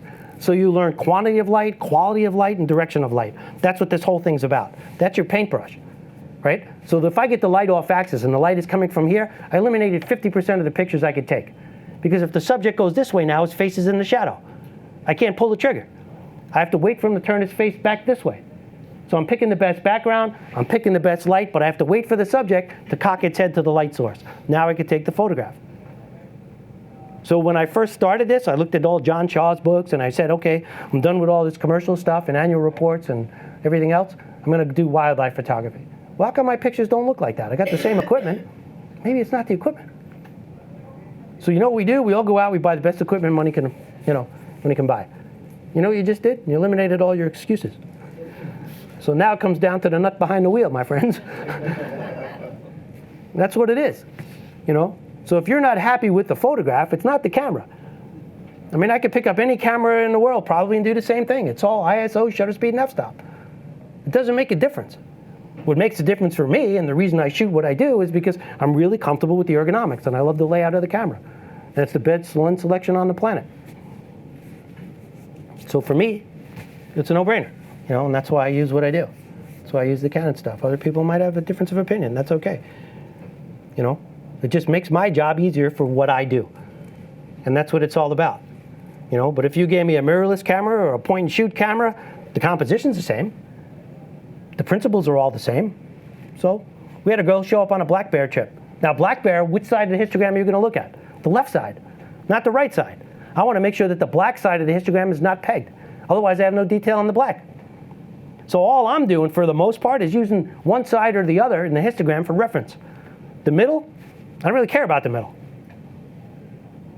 The ideal scenario is what? Have the histogram not pegged against the right, not pegged against the left. Then all the tonal values are within the dynamic range of the camera. Life is good. That's your ideal scenario, right? Then you could extract it and pull out whatever you really want to.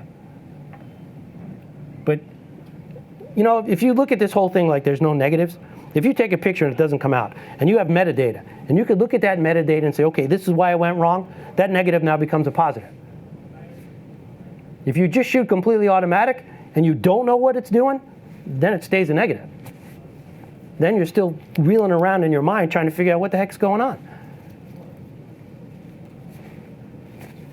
So for me, you know, as you can tell, I'm a huge proponent of shooting manual, because I think once you learn manual, now you can carry it over to automatics. You understand how they work, here's your patterns, here's your priority modes, put the two together when they work, take them apart when they don't.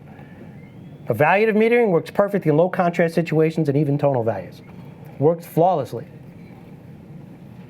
If the light's changing and the tonalities between the subject and the background change, how do I use flash? For wildlife, unless I'm doing a special effect, I don't use it all that much except maybe for birds. Ungulates, right, hoofed animals, have really bad eye shine. You got to get it off the camera, otherwise their eyes glow.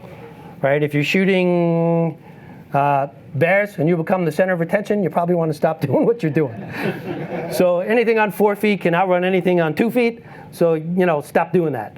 But getting it off the camera is a gift from above. It opens a whole nother world for you. And then back to that studio scenario, right? So now I have a main light and a fill light. Now I can use my shutter speed to make the background lighter or darker, and I can use my flash to light the subject.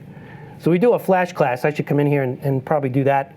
Mr. Eric can help us with that, on how to use flash for wildlife. And I do it the same thing. I compartmentalize it, break it all down, and I guarantee you in an hour, all of a sudden you'll go, I hate flash, to, wow, this is really useful. Most of the people that I've come across who say I hate flash don't use it properly. Every picture looks like it's flashed. Well, then you're not using it right. If you've ever seen a movie set, there's lights everywhere. But when you look at the picture on screen, you're not going, oh, look at the lighting, it's horrible. Because they're using it effectively. So it's the same thing for us when we're photographing. I'll pat Eric on the back. Look at some of his tutorials online and how he does it with models and things like that. So there's color gels and there's highlights and shadows, and it's all about ratios. And once you work in a studio, that's all you see. Even here, how bright is the top of your head to this side of your face? How bright is this side of your face relative to the background? So you start to use it as a paintbrush. Do I want to blur the background? Do I want to, I mean, it opens a whole nother world for you guys. It really, really does. And you'll see now, I think, because there's so many people who are doing wildlife, they're always looking for something different. So I just had this conversation yesterday with a guy. There's a gentleman who used flash in a place you're not supposed to use flash. And if you look at the picture, you go, wow, the picture looks very compelling. But you're not supposed to do it. So you enter that in a contest, and where does it end up? Right? It's a quandary. I mean, it really is. I see pictures of nests, hanging posture of loons. So if a loon's laying off the nest like this, ready to slide in the water, it means you're too close. Definitively, you're too close and the loon feels threatened. But I see those pictures and they win contests. Wow, look at that loon, it's in a really cool position. Yeah, well, if you know the behavioral aspects, you know the guy pissed the thing off. That's not really good. That's not what we're trying to do. We're trying to document animal behavior without disturbing it. How many loons did you have to tick off in order to get one that was close enough to not do that? Well, look, this one's not upset. Yeah, but the other 10 went out of their mind and left the chicks on the nest, or, abandoned the eggs. I mean, I look at this whole wildlife thing, we're stewards for the wildlife as much as a photographer. So it's, if you're in a little bit of prominence, it's my job as well to get that out to you guys. Photograph the wildlife, but not at their expense. It's not all about the picture per se. Do I use spot metering most of the time? I would say 95% I'm using spot metering, and again, because it doesn't deviate and does exactly the same thing every time. I do use evaluative metering, but it just depends on the circumstance. Low contrast situations. So here's where evaluative metering works perfect. Even tones. There's no big deviation between the highlights and the shadows throughout the whole scene. Maybe I shut down a third so I didn't blow the highlight on his nose. Over here, honestly, if there's a couple of blinkies in that snow, I don't care. I'm not going to do that to sacrifice the rest of the exposure for the snow leopard. And by the way, this is a captive animal, or somebody else will be showing you this picture. So here, I take evaluative, right, and I zoom in to fill it with one tonal value. If I back off and shoot this at 100 millimeters, and now I have that dark area influence the meter recommendation, so I'm getting rid of the problems. The problem is the tonal variations. So if I just meter off there, that's one stop brighter. How do I know? Because I fired off a picture and I looked at it. Then the rest of the days I'm in Africa, I know I could spot meter off or evaluative meter off the grass and go +1. Why would I do that rather than spot metering? Because the spot meter is really small and really accurate. So if I happen to pick up a dark blade of grass rather than a light blade of grass, it's going to throw the meter recommendation off. If I use evaluative, it's going to assimilate that. And here's a tip for you. Sometimes you can throw it out of focus. So if you have different tones like that and you're using a spot meter or evaluative metering, throw the lens out of focus. All I'm doing is using it for exposure, and it'll average those tones out better. Then I can get a more accurate reading. Fire off a picture and look at it. Oop, it's a little too light. Then make the adjustment. Then I could shoot for the next half hour of, the lion about to eat me in the truck. So here, I can't meter the blacks. What part of the bear is black? Inside his ear? So people are like, oh, just spot meter the bear. That's gray. If I made the picture black and white, that's not black. But what is the same? The grass. So if I spot meter the grass, I have light and dark blades of grass. That's a little bit of a problem. But if I use a evaluative, which is a bigger pattern that's going to average it out, I can get a quicker recommendation for me. So now if I made the grass look proper, the bear is going to be dark, right? I know that. So what I'm going to do is say I'm going to make the grass 2/3 of a stop brighter, which makes the bear brighter. Then in post-production, all you have to do is take the bear. I'll show you this in Lightroom. Can't import. I have to import it. Anyway, so you go to Lightroom, and it says HSL, hue, saturation, and luminance. So I take the luminance slider, and I click on the green grass, and I pull it down. That takes anything that's green and makes it darker. So now the bear's perfectly exposed. It's a little bit brighter. I see more detail because I made the grass 2/3 of a stop brighter, and I just pull the grass down. So we had a guy go to Africa, photograph mountain gorillas, right? And he shot them all in automatic. So he's pointing them all these close-ups of the gorilla, and the black gorilla now looks gray. I see all the detail in there, so he makes the picture a little bit darker, right? But the grass still doesn't look right, all the green foliage. So I showed him how to do it. He goes, oh my gosh, now I have to go in there and make 1,000 pictures like this? I go, no, you just click sync. And they're all done in 2 seconds. So, that knowledge base for the post-production is pretty important for you. The good news for us, I'm going to be 60 soon, is it fights the Alzheimer's. So we could all sit there and go through these programs and, and try and learn them and keep our coconuts working. But, it's like, so I spot meter the bear. So I go +1. How do I know that's +1? Because I've shot the spirit bears for 5 years now.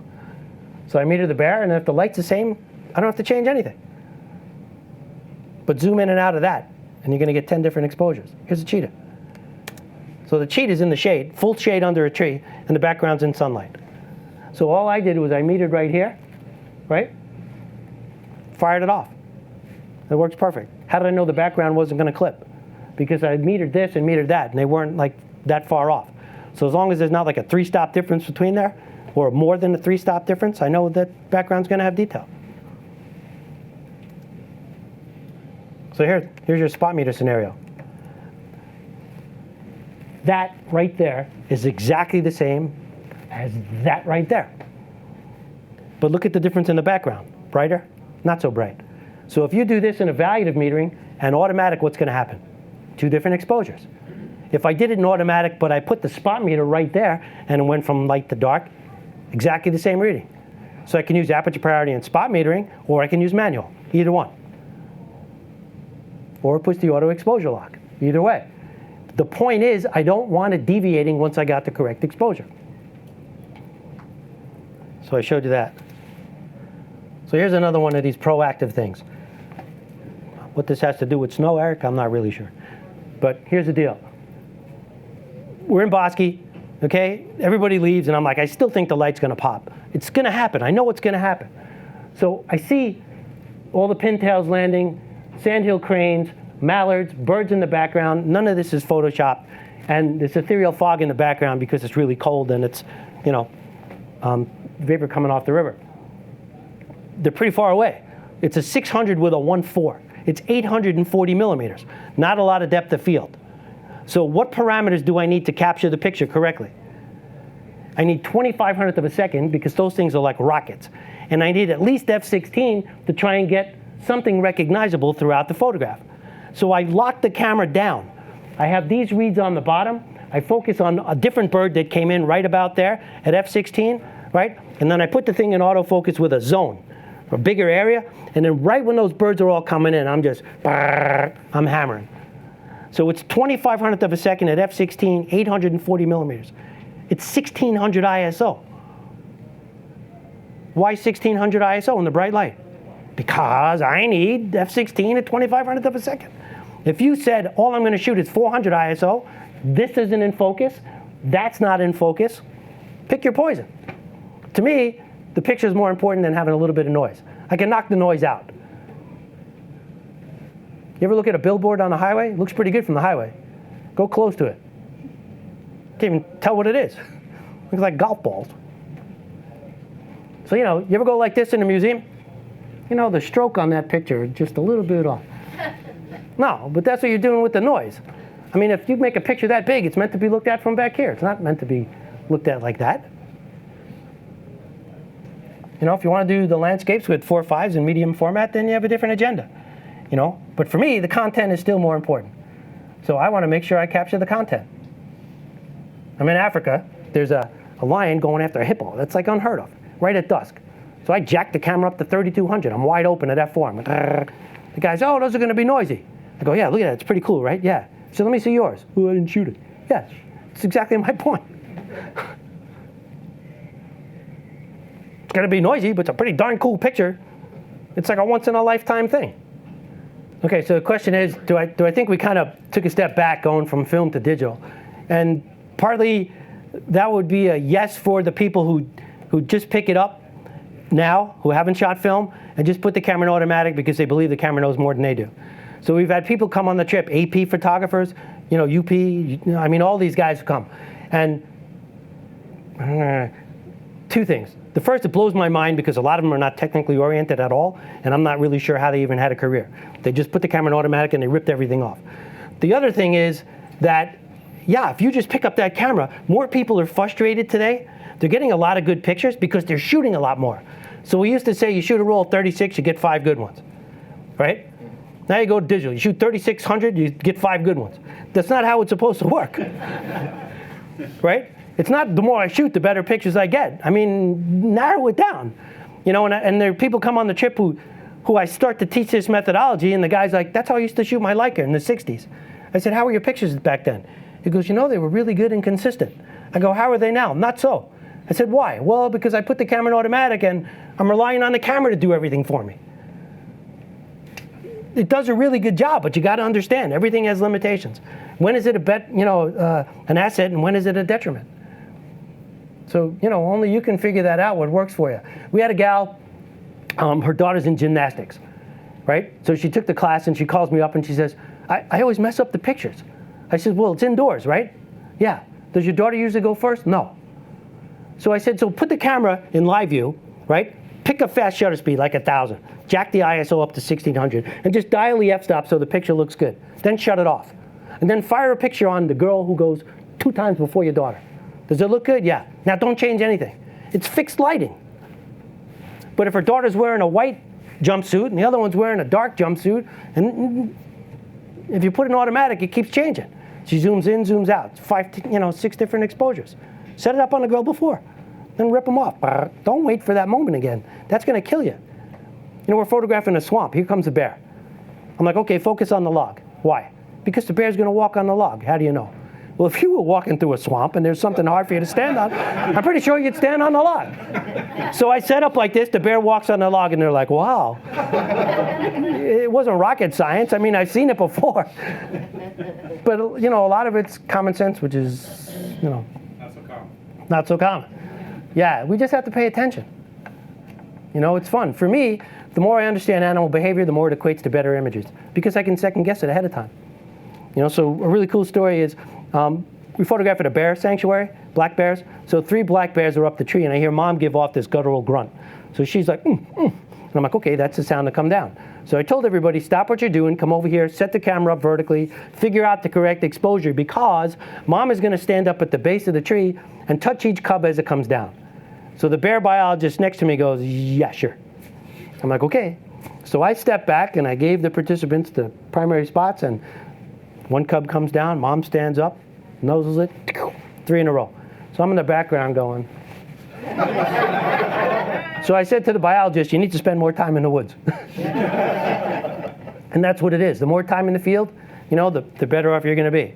So I told somebody on this Falklands trip 2 days ago when I was still in the Falklands, what I've learned is there's wildlife photographers and those who photograph wildlife.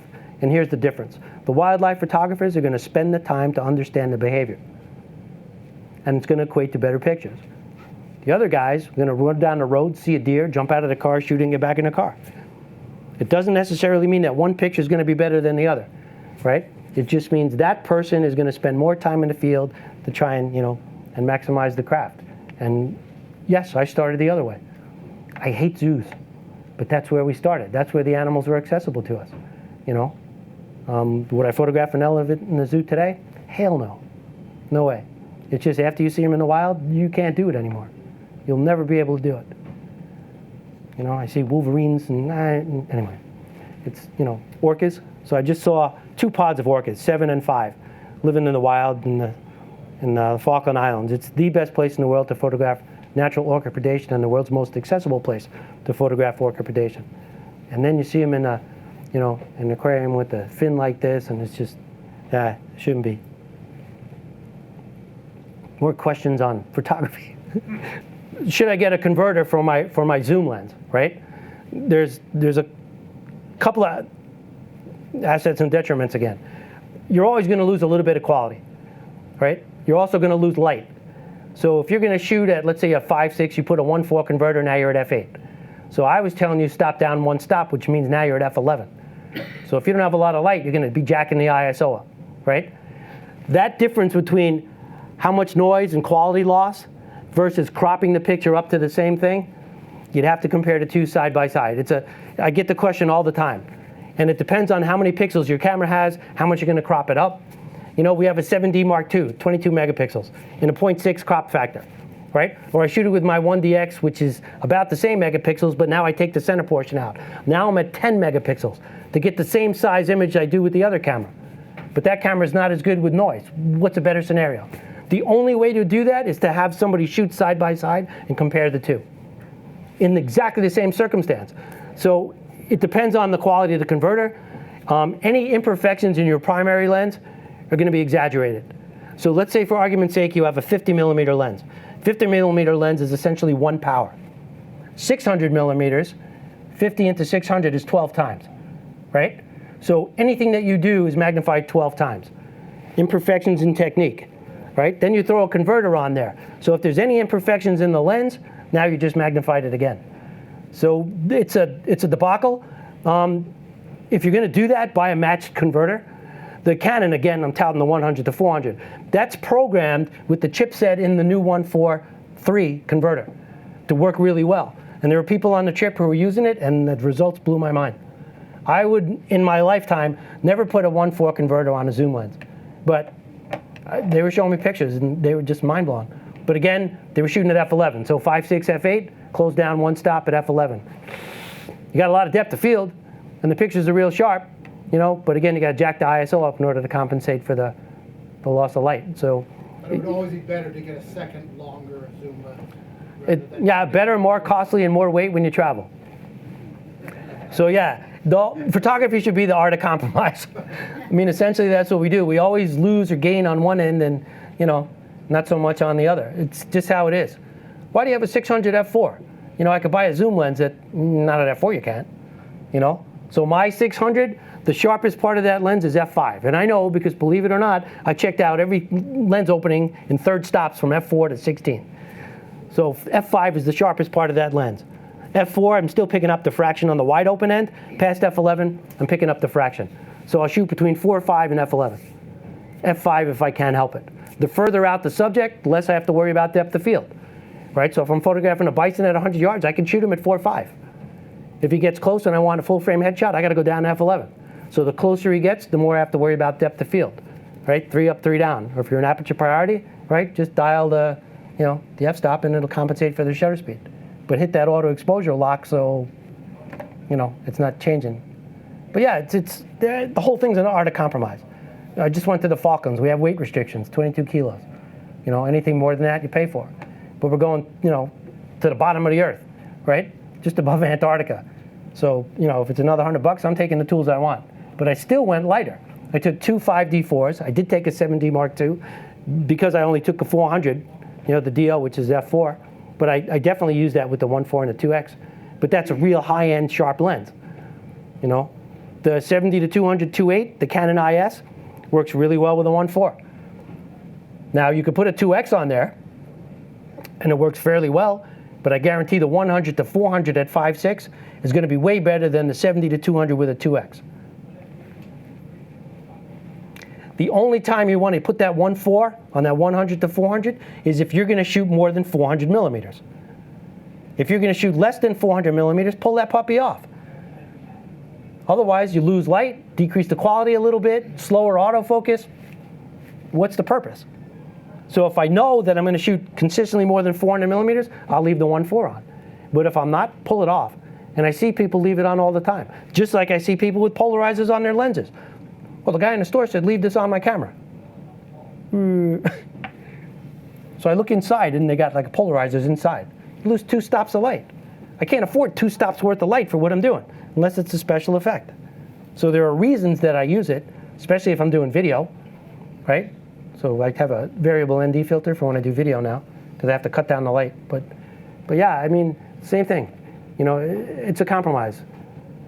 You do something on one end, you're gonna lose or gain on the other. So did I use polarizers on any of the pictures that I showed this evening? The answer is no. No, because a lot of it, again, I go back to a 2-stop loss. So I did buy the newer polarizing filters. There are a couple of them out there that you lose a stop and a half, so that half stop is valuable to me.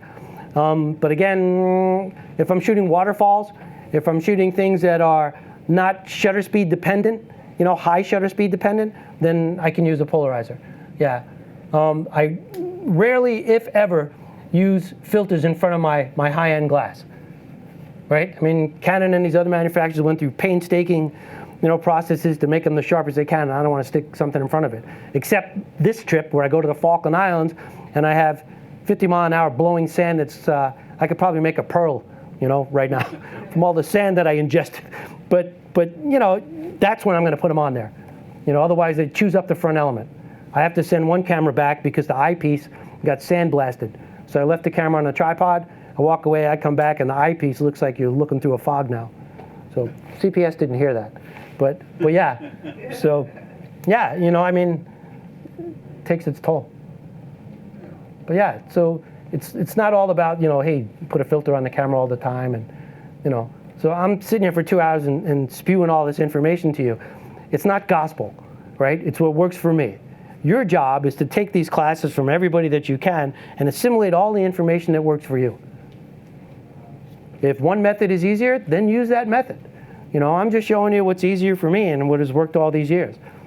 I can't rest on the 7th day because my wife won't let me. So, but yeah, it's just, use it all, trial and error, put it all together, and what works for you. But just realize the biggest thing is that same light, same exposure thing, because I see everybody getting frustrated with it. They buy a camera, I got to buy a better camera. This one's not good. It's not the camera. The Rebels, Canon Rebels, the new ones, those things are mind-blowing. They're great. And if it has manual on that for 90% of what you're going to do, unless you're shooting rocket ships moving by or flying subject, it's going to take the same picture. It's the same thing. But get the best glass you can. That's what, is doing it all for you. They have zoom lenses now that, oh yeah, it's got like, I'm going to buy a 50 to 4,000. Yeah. It's not sharp. You're shocked? Like, really? It's just, not going to go there. Yeah. So people are like on the chip. So you're telling me I got to buy a 1DX Mark II for, for all those dollars if this is what I want. That's how it works. Yeah. If you want 14 frames a second and this megapixels and low noise and fastest autofocus out there and all the other stuff, then yeah. Yeah. If you can do it, fine. If you can't, then work within the parameters. We had a girl come with film on the Black Bear chip. She says, is it okay if I come? I go, yeah. It's the same thing. Just make it a little brighter when you shoot it. But yeah, I don't care. It's just a different tool. But yeah, you're welcome to come.